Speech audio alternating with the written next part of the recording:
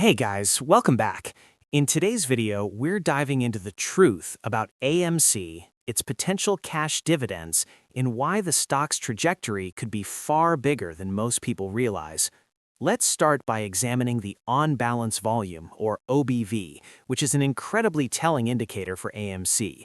From what we can see, the real flow of AMC shares was essentially purchased back in 2021. Retail investors held their positions strongly and did not sell, even when prices reached $80. Many of us even held through temporary spikes, and that same discipline continues today. What this tells us is that the majority of AMC's actual available shares are firmly in long-term hands. Any shares that are being traded now, particularly in large volumes, are likely synthetic shares created to satisfy unsettled positions, obscure ownership, and maintain market control. The OBV confirms this, showing that the bulk of the retail positions are solidly held and have not moved. Now think about the psychology of this. If we weren't willing to sell at $80 or even at adjusted prices of $300 to $400, why would anyone expect that we would sell now? The truth is, the undervaluation of AMC is so significant that most long-term holders recognize this stock has far more room to grow. Even as prices rise, patience is key because retail understands that the fundamentals and market mechanics strongly favor those holding. This is why we cannot rely on external factors or help from outside to dictate AMC's trajectory. For years, institutions and large financial entities have actively suppressed the stock through various mechanisms. They have created swaps, left failures to deliver or FTDs unsettled for AMC and APE, issued offshore synthetic shares, and even experimented with tokenizations of AMC. These tactics are not speculative. They have been observed, documented, and even brought to the attention of regulatory bodies like the SEC. Despite this, regulation has not effectively intervened to protect retail investors. This brings us to a critical point. The strategy for retail and for AMC itself is not to wait for regulation, but to implement mechanisms that directly force institutions to respond. One of the most potent tools in this arsenal is a cash dividend. When a company issues a dividend, short sellers are required to pay it first. This is significant because even a modest $1 dividend could cost millions, if not billions in total, given the total number of shares outstanding, including those in synthetic form. These financial obligations would directly hit short sellers, draining their liquidity and forcing them into difficult positions. It's a systematic way to shift power back to shareholders without needing outside intervention. Meanwhile, the trading patterns we observe further support the long-term positioning of retail investors. AMC consistently shows more buying than selling across all platforms, despite occasional price declines.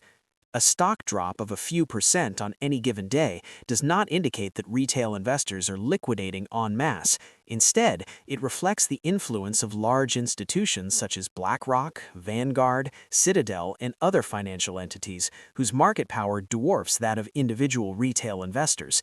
These institutions have the ability to move prices through their combined volume and trading strategies, but the OBV confirms that retail investors remain largely intact, holding their shares firmly and showing no signs of panic selling. Price suppression has long been a concern, and the fear among institutional players is understandable.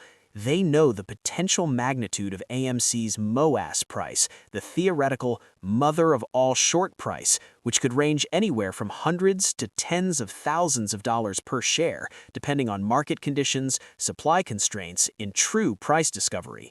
These numbers might seem astronomical, but they are grounded in the reality that AMC has never experienced full, unobstructed price discovery. Much of the stock's trading activity has been artificially constrained by tactics such as routing buy orders to dark pools, creating synthetic shares, and suppressing upward momentum through selective execution of sell orders. Because of these factors, the actual market price has never fully reflected the stock's intrinsic value. This brings us back to understanding institutional behavior. The reason retail investors are able to hold confidently is because they understand the systemic imbalance. Short sellers, despite their best efforts, cannot escape the structural pressures built into AMC's ownership and market dynamics. They fear being forced to cover at prices far beyond what they could realistically pay, and they know that cash dividends and buy-and-hold strategies amplify that pressure. Every time retail investors maintain positions and continue to buy while short sellers are trapped, the financial and psychological pressure on institutions increases. This is why attempts to suppress AMC's price are so aggressive and visible. They know the potential consequences if they lose control. Ultimately, the story of AMC's OBV, its cash dividend potential, and the broader market mechanics all point to a critical reality. Retail investors hold the power when they remain disciplined. The stock has been strategically undervalued, artificially suppressed, and manipulated by powerful institutions, but the fundamentals and the strategic positioning of long-term holders cannot be ignored. Every move of retail investors, whether through continued accumulation or simply holding, reinforces the pressure on short sellers, making the eventual resolution, whether through a dividend, a squeeze, or full price discovery, increasingly inevitable. For those who understand the data, the narrative of fear and uncertainty promoted by outside commentary becomes less relevant. What matters is patience, strategic holding, and recognizing the financial leverage inherent in AMC's current market structure.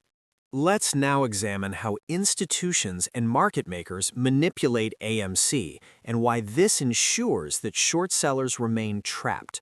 One of the most important elements to understand is how buy and sell orders are routed. Institutions have perfected the art of suppressing upward momentum by routing buy orders into dark pools, effectively removing positive trading pressure from the public market. Meanwhile, sell orders, particularly those from short sellers, are allowed to hit the lit exchanges, amplifying downward pressure. This creates a distorted market environment where retail investors can buy tens of thousands of shares, yet the price remains largely unaffected. For instance, purchasing 100,000 shares may not register as a meaningful increase on the public exchange, while the sale of a mere 5,000 shares by an institution can move the market significantly. This imbalance highlights just how carefully controlled the flow of AMC shares has been. Spoofing is another tactic used daily by major financial institutions. Firms like Goldman Sachs have been caught placing large fake orders to artificially fix AMC's price, creating the illusion of supply or demand that doesn't truly exist.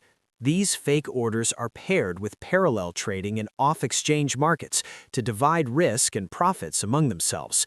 The combination of spoofing, dark pool routing, and institutional dominance ensures that retail investors' efforts to buy and hold are largely invisible in terms of immediate price action, even though these actions do create indirect pressure on the system. When you buy and hold AMC, you are forcing institutions to respond, either by creating additional synthetic shares or by maintaining artificially suppressed conditions, both of which signal that shorts remain vulnerable. Direct market manipulation is further reinforced by brokers who actively help institutions control trade routing. Some brokers have even disabled options for direct routing to specific exchanges, limiting the ability of investors to direct trades in a way that might disrupt institutional control. This means liquidity can be intentionally restricted, preventing the market from reflecting true demand. The same pattern can be observed repeatedly. Buy orders are hidden in dark pools, sell orders hit lit exchanges, and the overall market price does not accurately represent retail demand. Understanding this mechanism is crucial for seeing why AMC's true value remains suppressed and why short sellers cannot escape without risking catastrophic losses. The consequences for short sellers are staggering. They are acutely aware of AMC's potential MOAS price, the mother of all short squeeze scenario, which could range from hundreds to hundreds of thousands per share, depending on market conditions, the number of synthetic shares, and real price discovery. This fear drives every attempt at suppression, from negative news campaigns to manipulative trading strategies. Short sellers cannot afford to pay even a fraction of the potential MOAS price, and this constant threat forces them into a position where any misstep could trigger extreme financial consequences. The very existence of these manipulative tactics is evidence that shorts are trapped. If they were fully covered, there would be no need for such persistent effort.